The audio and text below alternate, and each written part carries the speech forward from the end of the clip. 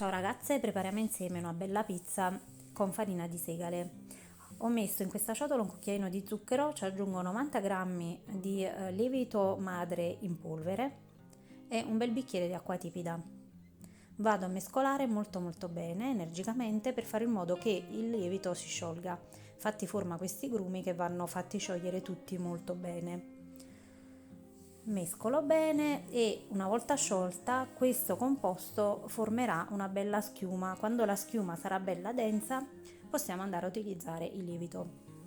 Ecco qui, la schiuma si è creata, quindi metto giù nella ciotola, vedete si sono create tutte le bolle della fermentazione. Con una forchetta adesso vado a sbattere un po' il composto per rendermi conto se è rimasto qualche grumetto. No, è tutto a posto, quindi vado ad aggiungere le due farine, questa di segale e la Manitoba o farina zero. Inizio ad aggiungere mezzo chilo di farina Manitoba e poi vado ad aggiungere mezzo chilo di farina di segale. Questa farina ha bisogno comunque di essere spezzata con una farina più leggera perché ha una consistenza più densa, quindi uso entrambe le farine. Vado ad aggiungere altra acqua e mescolo per bene. Una volta mescolato per bene posso andare anche ad aggiungere il sale, che non va aggiunto mai a contatto col lievito, se no blocca la lievitazione. Ne metto 4 cucchiaini rasi in un angolino e poi ritorno a mescolare. Adesso pulisco la forchetta e vado ad impastare con le mani perché devo rendermi conto se l'impasto ha bisogno di altra acqua o meno. Quindi aggiungo ancora un bicchiere d'acqua sempre tiepida, vado a mescolare molto bene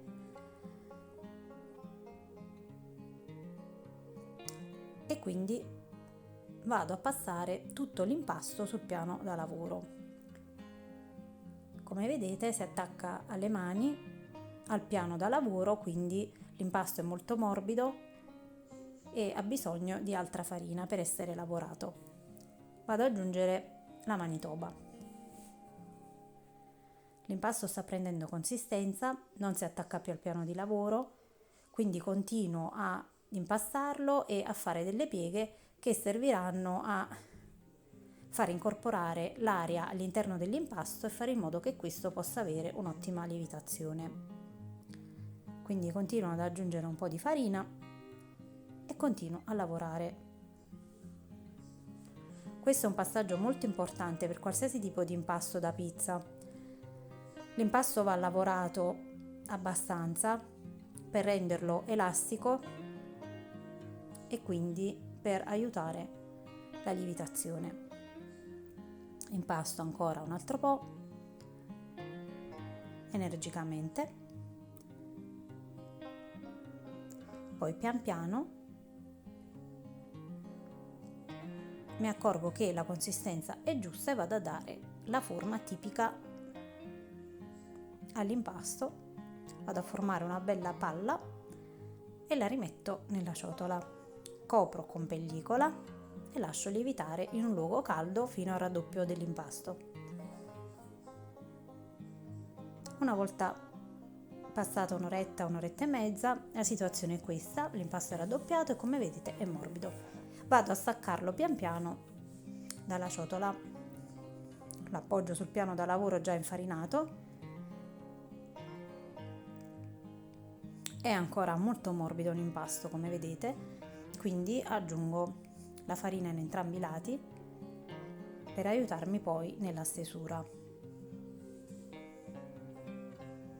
Vado ancora con un po' di farina di segale questa volta,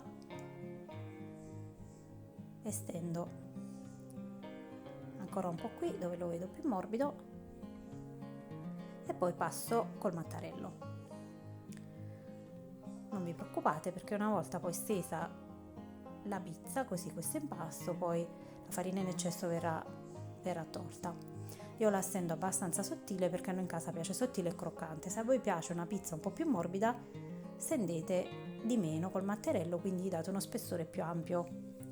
Una volta fatto questo l'appoggio in una teglia con carta forno leggermente oleata, taglio le parti in eccesso di impasto che poi mi serviranno a fare una focaccia,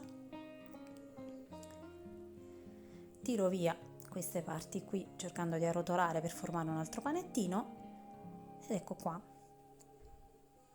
stendo per bene l'impasto nella mia teglia e adesso preparo del sugo di pomodoro con dell'olio, del sale e dell'origano e vado a stendere.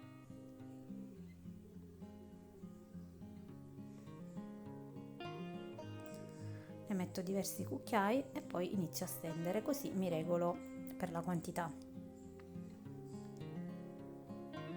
Voi potete metterci dei pomodorini freschi, quello che volete, dei datterini. Intanto poi ho tagliato anche una scamorzina dolce e quindi metto i cubetti di scamorza a condire la mia pizza. E da ultimo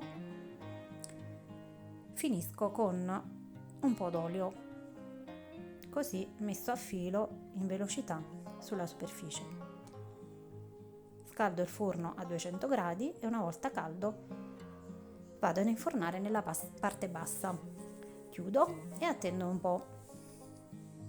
Dopo circa un quarto d'ora vado a controllare che la cottura stia andando nella maniera giusta ed ecco qui, dopo 20 minuti, mezz'ora, la pizza è pronta.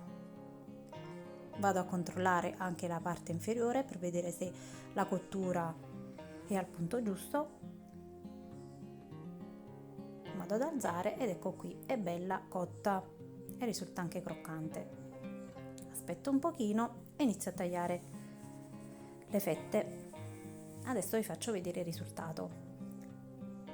Questo è il risultato, la pizza è croccante, ben cotta e sottile, però nonostante questo vi faccio vedere, guardate qui, si piega perfettamente, quindi è rimasta anche morbidissima. Se il video vi è piaciuto, ragazze, lasciate un like, iscrivetevi al canale se non l'avete ancora fatto e ci vediamo su questo canale per una prossima ricetta. Un bacio da Anto!